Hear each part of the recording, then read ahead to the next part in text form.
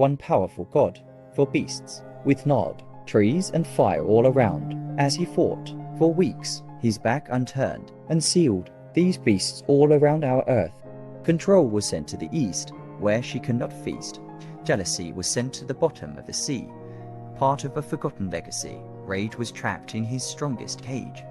Seething with wrath and counting her days, Rebirth was sent deep in the earth, watching the world in reverse.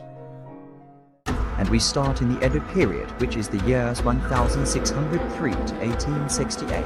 A powerful samurai led by the Eldritch god to defeat the four beasts and lock them in their most powerful cave. The samurai, which takes the name of Kusunoki, is our very old ancestor.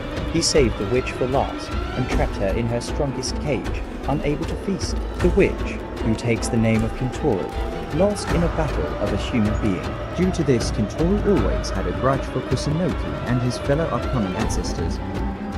Kintoro was then trapped on a sakura tree, unable to move a muscle. Kintoro then got very enraged that she escaped from her trap. Kintoro has the powers to control everyone. Due to that, she was nicknamed Control. Let's skip to the year 1640. Kintoro has escaped and started to curse all of Kusunoki's ancestors. The woman here, which takes the name of Futaba, has impulsive disorders, meaning she is an abusive mother. Because of this, she decided to make a deal with the demon. The demon says if she consumes a butterfly spirit, she would be normal again, but she became far worse. She became a creature so vile, so incomparable to a human being. She became a duplicate of herself. One is sad and one is laughing. She now takes the name Futanote.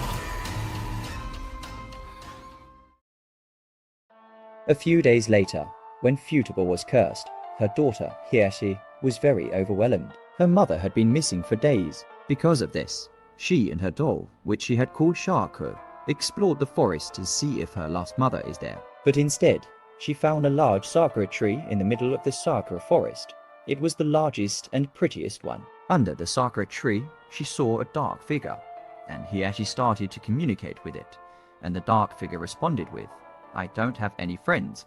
Would you like to be my first?" Hiashi was skeptical at first, but of course she accepted her as her friend. Over time, the dark figure became like a mother figure to her, so Hiashi named the dark figure Sama.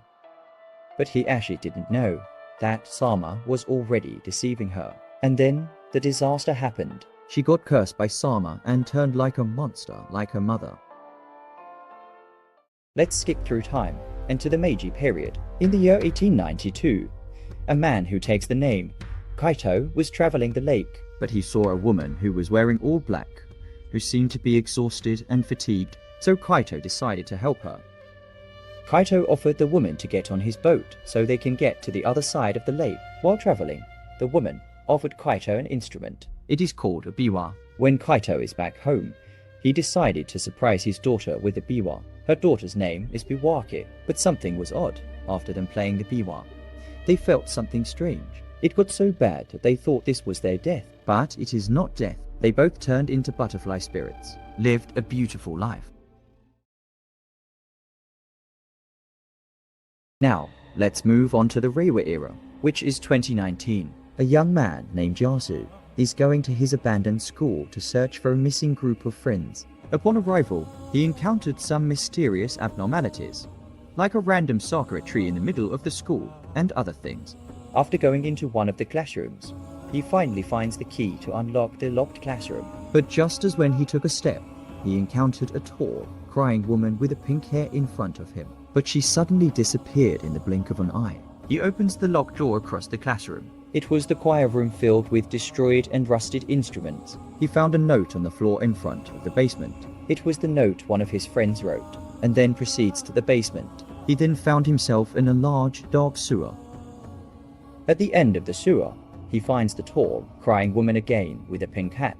At the end of the sewer lies a door that leads to somewhat the city. He then crosses the bridge, and then hallucinated the face of that crying woman. He then went into a brown large house which turned out to be a maze. He searches for a key in the maze while avoiding the pink hat woman, and that woman is Hiashi, Futaba's daughter. After exiting the maze, he is then greeted with a beautiful green scenery that has torii gates. At the end of the garden, he sees a young woman playing a biwa, then disappears very fast. Yasu then finds a farmer at one of the houses. The farmer said his brother died, and if he sees a lady playing the biwa, it is already too late.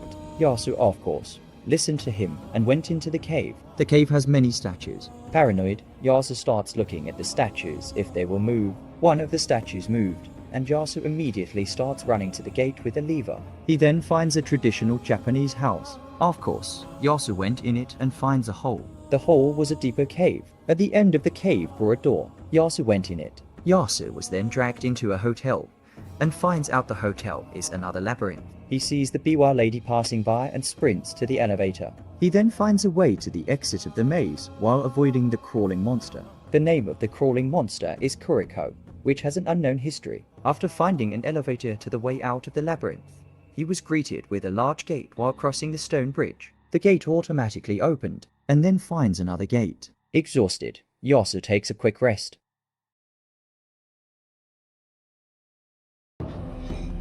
After resting, Yasu proceeds to open the gate, and finds himself in a very large library with a woman whose neck is elongated like a giraffe. Her name is Megumi. Yasu proceeds to find the key on the second floor in a room, and then unlock the door. Inside the room lies a lever. Of course, Yasu pulls the lever and unlocks the gate. He then finds a hallway. While walking, he hears the voices in his head are getting louder. They ran, just like you. After that, he crosses the islands using a wood plank, then finds another lever which opens the gate. He then finds a statue of the samurai, and then finds a monster with multiple swords and arms. He needs to avoid the monster. At the end of the corridor, or a door, he then opens it and finds 3 more doors. He finds the butterfly spirit to the glowing door. He then picks up the blue butterfly spirit to the exit and enters the Forgotten Realm. While Yasu was crossing the bridge, he encounters a very ginormous entity, which seems like the samurai. He finds a butterfly spirit and unlocks the door. He then locates himself in a school, then a hotel, then an asylum.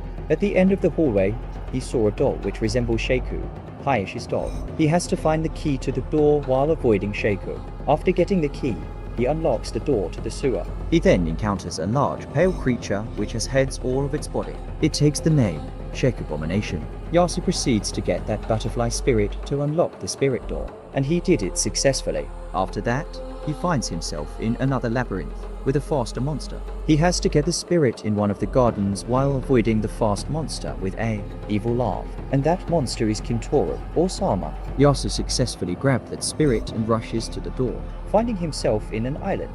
Then the samurai pops out of the water. After all of those chaos, he finally finds peace. Or is it?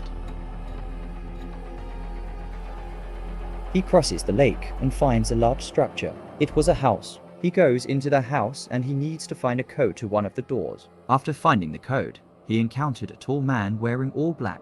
The man's name is Kaito, the father of Biwake. After entering the code, he finds himself in a large lake.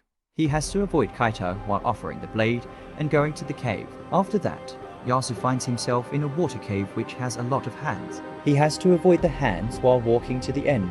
He then finds himself in a room with a tree and an altar. He has to offer a butterfly spirit to the altar. After that, he was teleported to a room. He hears a crying lady at the end of the hallway. Yasu has to offer a corrupted spirit, a blade, and a rose. After offering the things, he was teleported to a hallway which has a bunch of messages on the wall saying, "Am I pretty?" They were all written with blood. He has to escape by ringing all the bells and taking the spirit from the slit-mouthed woman who takes the name Mihari. After taking the spirit from Mihari, Yasu finds himself in a cave. At the end of the cave was an opening to the lake which has a bunch of pillars. They are guarded by a large creature also known as Omikada.